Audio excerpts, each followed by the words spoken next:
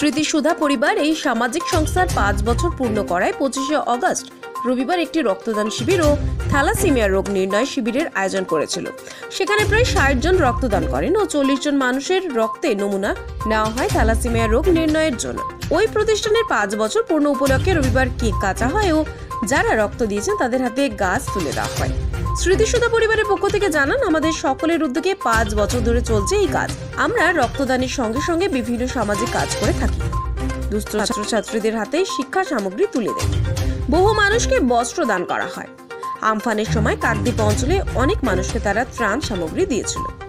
রক্তদান করলে অনেক সুবিধা। থ্যালাসেমিয়া রোগীদের প্রচুর রক্ত লাগে।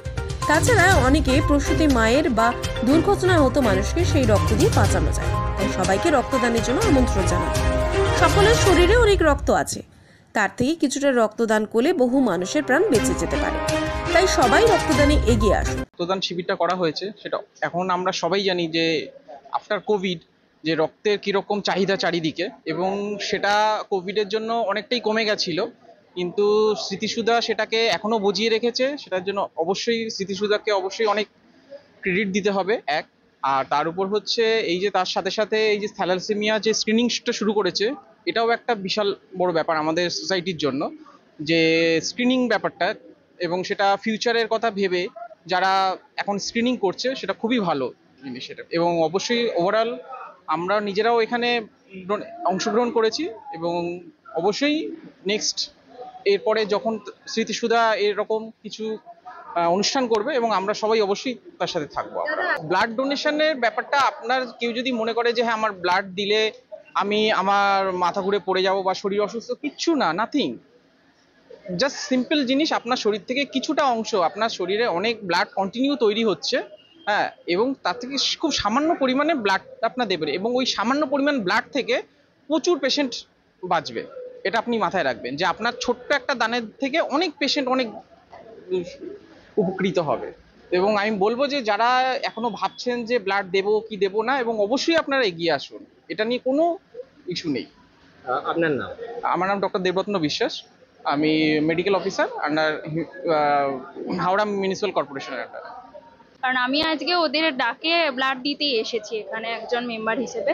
আমার মনে হয় রক্তদান জীবনদান, এটা সবাই জানে, আর রক্ত দেওয়াটা সবারই উচিত। যদি সে চায় যে একটা মানুষকে জীবন দান করতে, অবশ্যই তার আগে এগিয়ে আসা উচিত। আর প্রত্যেকটা মানুষের বলবো একবার করে হলেও ব্লাড দিন, কারণ এখন রক্তের সংকট অনেক জায়গায়, বহু জায়গায়, যেখানে আমরা অনায়াসে সেই সংকটটা মিটিয়ে দিতে পারি, অসুবিধা কারোরই নেই। কারণ একটা ব্লাড দিয়ে কেউ মারা যায় এরকম কিন্তু হয়নি। ব্লাড দিলে শরীরের অনেক অংশ ভালো থাকে, সেটা আপনি এখন তো অনেক যুগ আপডেট হয়ে গেছে, সেখান থেকে আপনারা জানতেই পারবেন। তো ব্লাড অবশ্যই দেওয়া উচিত, এটা প্রত্যেকের দেওয়া উচিত। আমি আজকে প্রথম দিন দিয়েছি আমার ভয় কাটিয়ে। আপনারা, আমি বলবো যারা নতুন, যারা ভয় পাচ্ছে এই বিষয়টা নিয়ে যে ব্লাড দেবো কি দেবো না, আজকে আমার দিয়ে সত্যি মনে হয়েছিল সকালবেলা যে আমি হয়তো অজ্ঞান হয়ে যেতে পারি বা আমার কিছু হতে পারে, সেটা কিছুই হয়নি, আমি একদম ফিট আছি। সেই জন্য বলবো যারা দিতে চাইছে তারা সবাই দিক, কিছুই অসুবিধা হয় না, সিরিয়াসলি কিছুই হয় না। থ্যালাসেমিয়ার জন্য যেটা আপনি বললেন, এখন সঠিকভাবে বললেন যে প্রচুর পরিমাণে তাদের ব্লাডের প্রয়োজন হয়, কিন্তু শুধুমাত্র থ্যালাসেমিয়ার জন্যই কিন্তু এটা নয়। কারণ হয়তো আজকে রাত্রেও আপনি দেখবেন কোনো একজন প্রসূতি মা হয়তো হসপিটালের বেডে শুয়ে আছেন, হয়তো 1 ইউনিট ব্লাডের জন্য তার ডেলিভারি কিন্তু অনেক সময় হয় না বা মিসক্যারেজ হয়ে যায়। সেই প্রসূতি মা যাতে একটা নতুন জীবনকে আমাদের পৃথিবীতে আনতে পারেন, তার লক্ষ্যেও আমাদের এই ব্লাড ডোনেশন ক্যাম্প 1 নাম্বার। 2 হচ্ছে, ধরুন আমাদের মানুষের জীবনে কোনো নিশ্চিত নেই যে পরের মুহূর্তে কি হবে, আমাদের কোনো সার্টিনিটি নেই, ঠিক আছে? ধরুন রাস্তা দিয়ে যাচ্ছি, আমার হোক বা যে কোনো হোক, কারো ধরুন অ্যাক্সিডেন্ট হলো, প্রচুর পরিমাণে ধরুন ব্লাড লস হলো। এই যে ব্লাড লসের ফলে একটা মানুষকে কিভাবে আমি বাঁচাবো, বাঁচানোর একটাই পথ, সেটা হচ্ছে ব্লাড। অ্যাকিউট ব্লাড লসের ক্ষেত্রে কিন্তু আমার ব্লাড ছাড়া কিন্তু পেশেন্টকে বাঁচাতে পারবো না। সুতরাং আমার এটা মনে হয় যে ব্লাড ডোনেশনটা এই কারণে অত্যন্ত গুরুত্বপূর্ণ। আদার দ্যান দ্যাট আমি আরেকটা জিনিস বলতে চাই যে ব্লাডটা ডোনেট আমি কেন করব। 1 নাম্বার হচ্ছে, আপনার ব্লাড একজন পেশেন্টের শরীরে তখনই দেওয়া হবে যখন আপনার ব্লাডটা সম্পূর্ণভাবে নির্ভুলভাবে পরীক্ষা হবে এবং ব্লাডের মধ্যে যদি কোনো সমস্যা না থাকে তাহলে কিন্তু অন্যজনের শরীরে ট্রান্সফিউশন করে। তাহলে কি আপনি একটা কাজ করতে ব্লাড দিচ্ছেন, তার মাধ্যমে আপনি এটাও জানতে পারছেন আপনার শরীরে অন্য কোনো সমস্যা আছে কিনা। যদি অন্য কোনো সমস্যা থাকে তাহলে কিন্তু সেটা আপনাকে দেন দেওয়া জানিয়ে দেওয়া হবে। তো তার আমাদের ব্লাডের মধ্যে কি কি টেস্ট করা হয়, যার মধ্যে ধরুন যেগুলো আমরা sexually transmitted disease like HIV, HCV, HBC, এগুলো কিন্তু আমাদের সব ব্লাড ডোনেশন করার পরই কিন্তু এগুলো অটোমেটিকভাবে আমাদের চেক হয়ে যায়। এবং তারপর হচ্ছে অনেক মানুষ জানেন না যে তাদের ব্লাড গ্রুপ কি, সেটা হচ্ছে ব্লাড ডোনেশনের মাধ্যমে জানা যাবে। তো এই সব কিছু মিলেই আমাদের ব্লাড ডোনেশন করার মেন লক্ষ্য।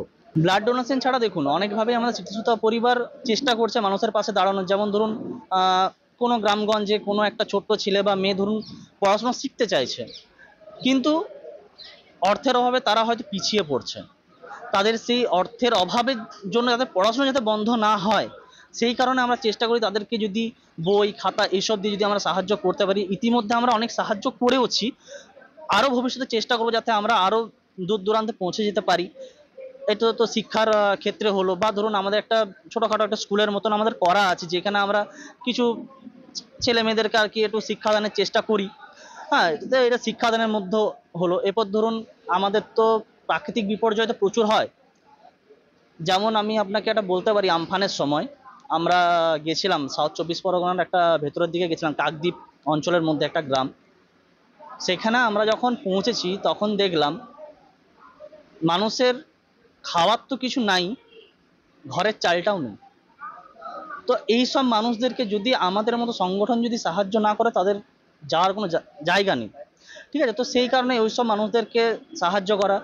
বা ধরুন যেমনটা বললাম যে আমরা দেখি যে বাস স্ট্যান্ডে দেখবেন বা প্ল্যাটফর্মে দেখবেন অনেক মহিলা হচ্ছে পড়ে থাকেন, বিবস্ত্র অবস্থায় পড়ে থাকেন, খাওয়া দাওয়া ঠিকঠাক করতে পারেন না, তাদেরকেও আমরা সাহায্য করার চেষ্টা করি। প্রবল শীতের মধ্যে দেখবেন যে অনেকে হয়তো চাদর একটা জাস্ট একটু গরমের জন্য, ঠান্ডায় কত মানুষ মারা যায়, চেষ্টা করি তাদেরকে যদি আমরা একটু সাহায্য করতে পারি। এই সব কিছুর জন্যই আমরা চেষ্টা করি আর কি।